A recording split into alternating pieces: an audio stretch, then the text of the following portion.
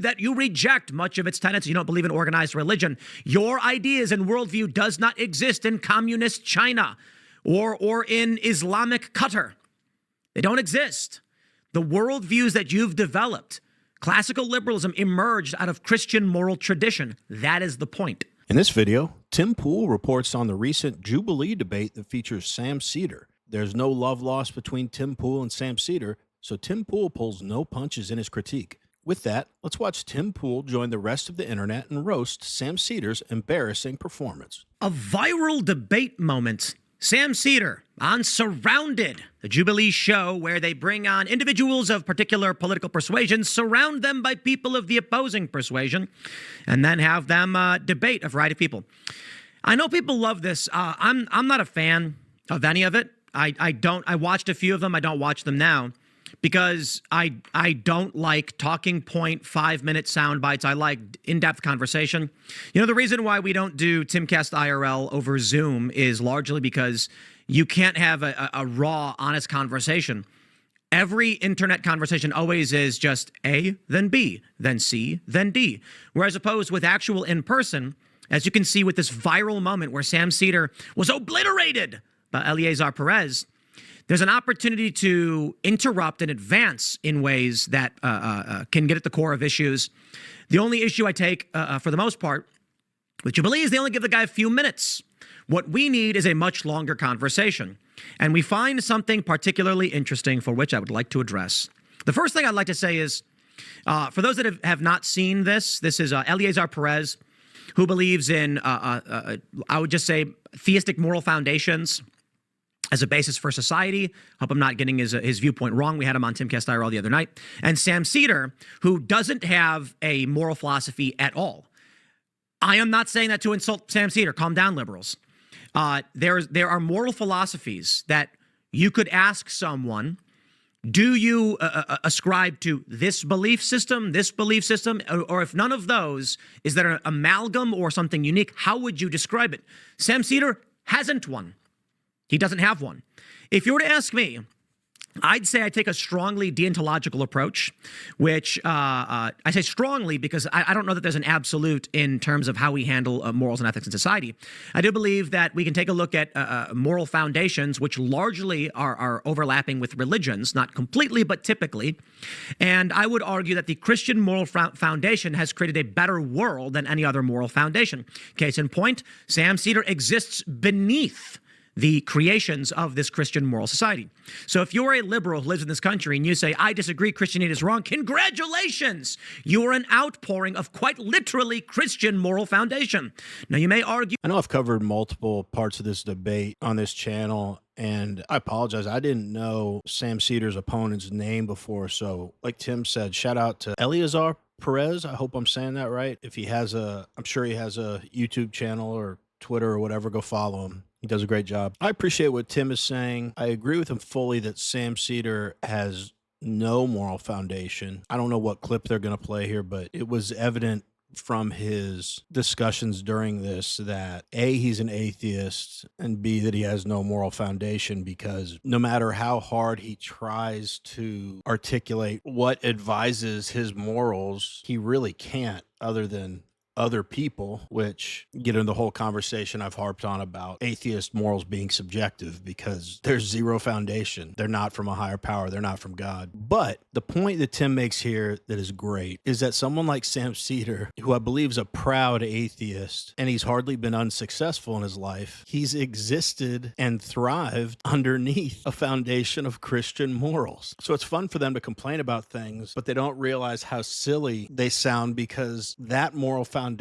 is at least one variable in why they're successful and has created conditions for them to have a successful life. So liberals' blindness never fails to astonish. Anyway, let's get back to the video. That you reject much of its tenets. You don't believe in organized religion. Your ideas and worldview does not exist in communist China or in Islamic Qatar. They don't exist.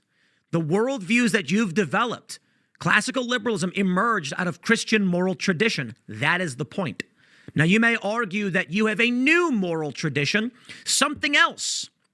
And I simply would say, describe that to me, where you view your morals as coming from. They don't have to come from God. I'm not saying that. What is your view? Where should society go? What is the purpose of all that we do? Now, it all stems back to religion, because these are great questions that are difficult to answer. In this viral moment, which I'm going to say it again, guys. The problem with these Jubilee shows, very entertaining. It's not bad, and I know people are letting get a lot of views. I don't know that much is served by these snippets, because what we needed between Sam Seder and Eleazar Perez is probably 2 hours. However, I would at least admit this.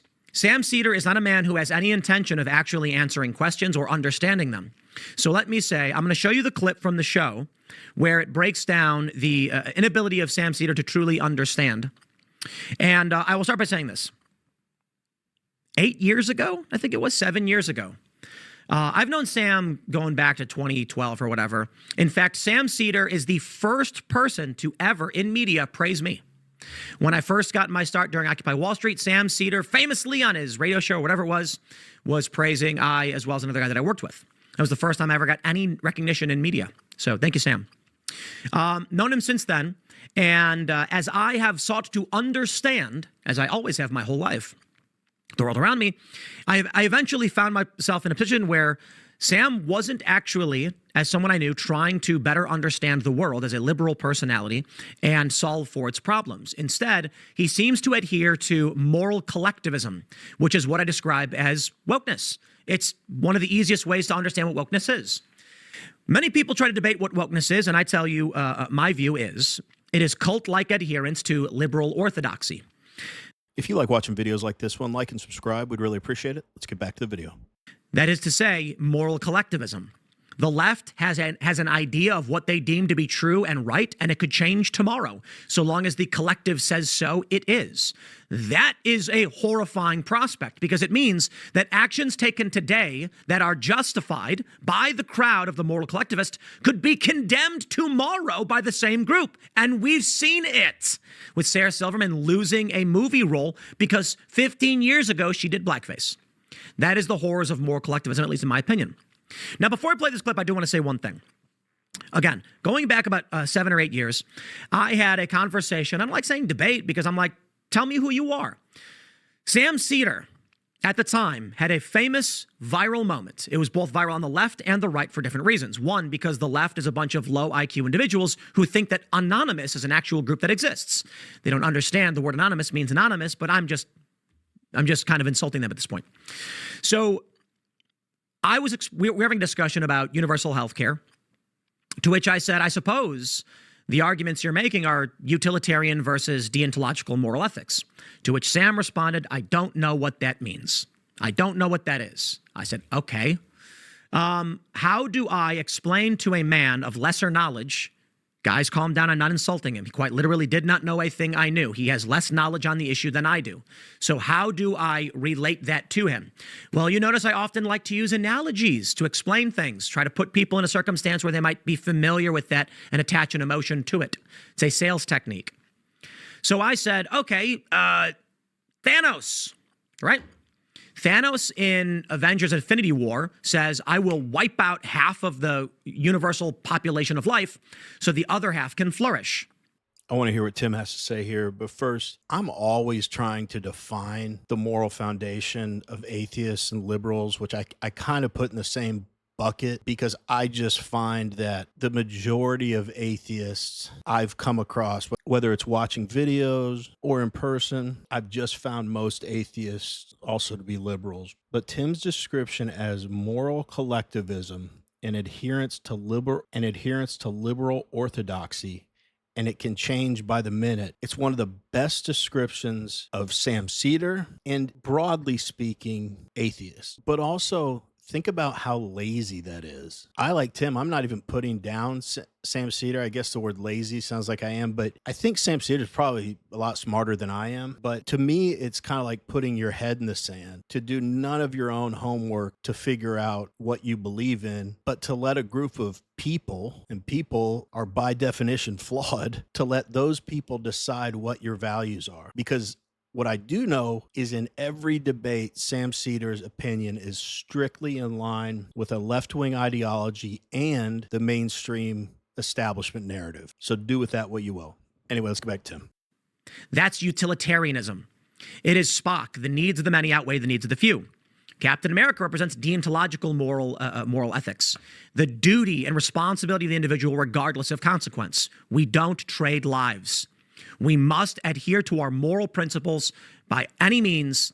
We do not engage in those tactics. The response from the left was to howl like monkeys banging on the table saying, Tim is so dumb, why is he talking about Thanos? And those that understood basic high school level moral philosophy and ethics were like, I didn't even need the analogy in the first place. So this moment went viral on two fronts, with the right being, holy crap, Sam Seder doesn't know basic moral philosophy. How old is this guy? How is he a pundit arguing for what is or should not be in civics and law? And he doesn't even know literally philosophy 101. That's not even fair. 101 implies college. And the left said, holy crap, Tim Pool is trying to make weird arguments about the X-Men and Avengers because he can't even address politics. For the record, and I just admitted I'm not that bright, but I think that analogy Tim just gave between Thanos and Captain America for utilitarian versus, I don't know, what's he called, deontological or deist moral view, I think it's great. So I do think people would have to be pretty dumb. I'm talking about the leftists that were commenting on his comments to not understand the analogy. And he's right, you probably don't understand the concept as is. And then if you got the analogy, you probably already understood the point Tim was making, and the analogy just confirmed that or illuminated a little bit further for you. But that would be the response of the left to something they can't understand. They can't wrap their heads around something bigger than all of us pulling the strings. But Tim said something early in this, and he glossed over it really quickly, but then kind of came back to it. I think Sam Seder goes into debates with the strategy of, I'm going to do everything I can to avoid answering any question. And I think that him and people like David Pakman do it too. And I think they do it. So it's like, well, if I don't really answer any question, then I can't get backed into a corner. But I don't think they realize that the average person like me can see through it. Then it just comes across as lazy and dumb. But we want to hear from you. What do you think about Tim's comments on where Sam Seder or people in general, where their moral foundations come from? And what are your thoughts on where a moral foundation comes from? Let us know in the comments. Anyway, as always, really appreciate you watching, and we will see you on the next one.